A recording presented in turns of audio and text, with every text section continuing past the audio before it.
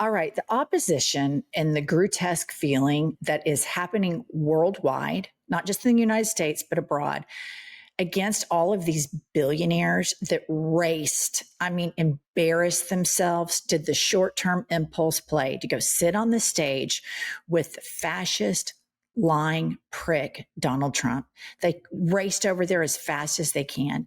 And the American public and the global public was disgusted, and it's just not aging well. So today, let's take a look at little Mark Zuckerberg. And I want to remind you, he went on Joe Rogan and said that he felt like he had been neutered. And so, that's a weird thing to say, right? For somebody who's a billionaire and has been wildly successful. Put up the headline. The Daily Beast reports Facebook staff have Trumpy new secret nickname for Zuckerberg. Insiders say Meta's boss has gone full MAGA Mark, but nobody seems happy about it. So they're calling him at the Facebook offices MAGA Mark. Here's an excerpt from that article. The FT's report reveals that there were even discussions about Zuckerberg taking a role as an advisor to the Trump administration, potentially on the president's Council of Advisors on Science and Technology. At events, Trump loves introducing Mark around, said one person who has observed them together. And then another headline, Mark Zuckerberg shells out $23 million to live closer to Trump. The reveal of the new purchase came as the Meta CEO visited the president at the White House on Wednesday. And this is an article back from April. And so, this is something that I think is so fascinating in the postmortem of Trump to study. How Trump, when people get into his orbit, they get worse. Like they were already probably kind of pricks to begin with, or there were probably bitches to begin with. And then they get around him and he makes it worse. And it's not just people in the administration. I can talk about this anecdotally. Like I had some, I would say moderate Republican friends that when Trump came down the escalator in 2016, were like, oh God, no, I'd never vote for him. They didn't even vote for him in the first primary. But then they got radicalized by him. And these people now are insufferable to be around. Like, succumbing to Trump actually makes people worse people. And you can see this with all of these billionaires. Zero conviction to stand up for him. The president, especially an old one like Trump, is a 4-term situation. They could have just sat it out. But interestingly, when you look at what these guys want to do, they want to have no regulations. And think about, you make something as dangerous as Facebook and Instagram, which is this information delivery system that is so fast, straight to people's hands. And then you want to make them more addicted to it. And then you don't want to have regulations. And then you can lie to people on it and not monitor it. Some people, I think, would be a good fiduciary of this type of business. Mark Zuckerberg is not. Mark Zuckerberg wants more. And it goes to a larger narrative that a lot of these billionaires, I think, are broken people and they think the money's going to fix them, and it doesn't, like Trump. That man is never, ever going to be fixed.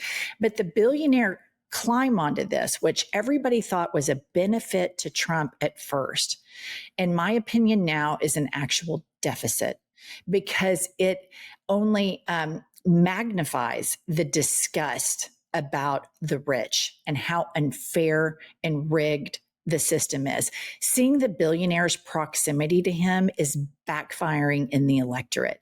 Seeing that Trump can be bought, when everybody said, oh, he's a billionaire, nobody can buy him. Well, they all bought their way to the inauguration stage. Elon Musk bought his way out of investigations and regulations. Mark Zuckerberg is buying his way out of regulations. Amazon was also under investigation. He's buying his way out of investigations and potential regulations. And don't let the Republicans tell you that these are regulations that prevent these billionaires from making money. They're actually consumer protections that help people stay safe from using their products. Like, you don't want a bunch of kids strung out on these algorithms, freebasing, the Tate brothers. It's just a very, very dangerous thing. And they know it's dangerous. And they know that a Democrat, a Joe Biden, wouldn't have these people, advising him. But they know Trump is easy to buy, They know that they can compromise him. Next up, we have Mike Lindell, who has now been reduced to doing infomercials in parking lots after Donald Trump, after his devotion. I mean, I've never seen someone more devoted to Donald Trump than Mike Lindell, the My Pillow guy. Watch this. Lindell, late on a Friday afternoon in June. Sell me a set of sheets or a pillow, now more than ever.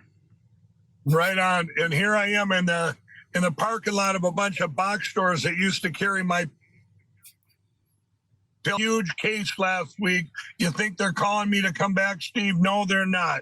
So what we have here is a direct from our warehouse to the War Room posse. There's no in-betweens. You guys get all the savings. I mean, you guys, that is pitiful. I mean, he's on Steve Bannon's War Room in his car. And I'm telling you, Mike Lindell would be like on the spectrum of people getting worse as soon as they succumb to Trumpism. He's like the most extreme case. Rudy Giuliani would be another extreme case where they've lost everything. They're completely bankrupt. And then you can take it down to just people you know in your neighborhood. There's something about this movement that genuinely, I guess it breaks something in them. It breaks their moral compass once and for all. And it's like this fuck it mentality after that. And it is so wildly dangerous. But I do think if we keep beating the drum about how disgusting and depraved the behavior is of these billionaires surrounding Trump and their desire to not pay people a livable wage and then force people to get subsidies from the government, which actually subsidize these billionaires. And these billionaires don't want to pay taxes, but guess who does pay taxes? Illegal immigrants. And guess who's not on Medicaid? Illegal immigrants, because they can't tap into those government programs that they pay into because they are illegal. And you're getting lied to and lied to and lied to. The problem is the billionaire class, and Trump and the Republican Party are hellbent to make their lives easier and make everybody else's life more difficult. And I want to leave you all with one final bit of hopium. Here's a CEO that is actually standing up to Donald Trump.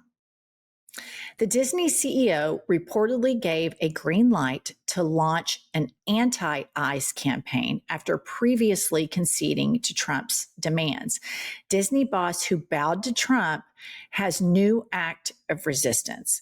And so I'm hoping that I remember how fearful I felt when Trump won. And we knew that Kamala was right. We knew that he was going to do all the evil shit that he's doing. We knew it. We saw January 6th. We're not dumbasses.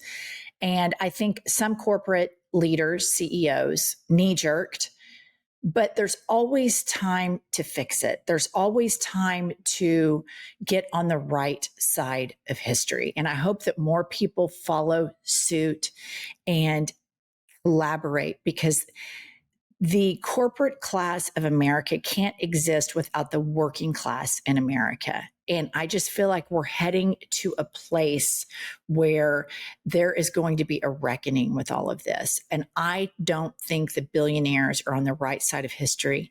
And this is a country that is made for the people. And you saw the No Kings March. You see the mayoral results in New York. You see that there is a resistance forming that is massive, in my opinion, much, much larger than the MAGA movement, which I think has been grossly exaggerated through the use of bots and these billionaires that own all of these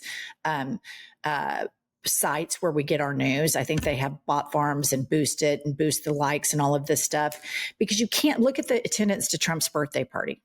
Nobody went. Nobody went to his party. Look at this at the day before the No Kings March. It was massive. There were more people at the march in red state, Oklahoma City, than there were at Donald Trump's birthday party. And so I know it's exhausting. I know that every day everybody wakes up and thinks, oh, God, what has this fucker done today? And I know it's exhausting. And I know that there's a strong desire in all of us to retreat and not pay attention to it. But we have to try to preserve what we can and get us to the midterms, because I am certain with everything in me, if there are free and fair elections that happen at the midterms, it will be a blue tsunami, and that MFer will be impeached. And that is why it is so important to like and subscribe to our show, not just ours, but other democracy, pro-democracy, and fact-based independent media, because the right wing has a mammoth. They have a mammoth of misinformation. And we have to build a space that can catch on and compete with theirs with facts. Okay, that's all we have. Everybody have a great weekend. Pumps and I will be back in studio tomorrow. We'll see you then.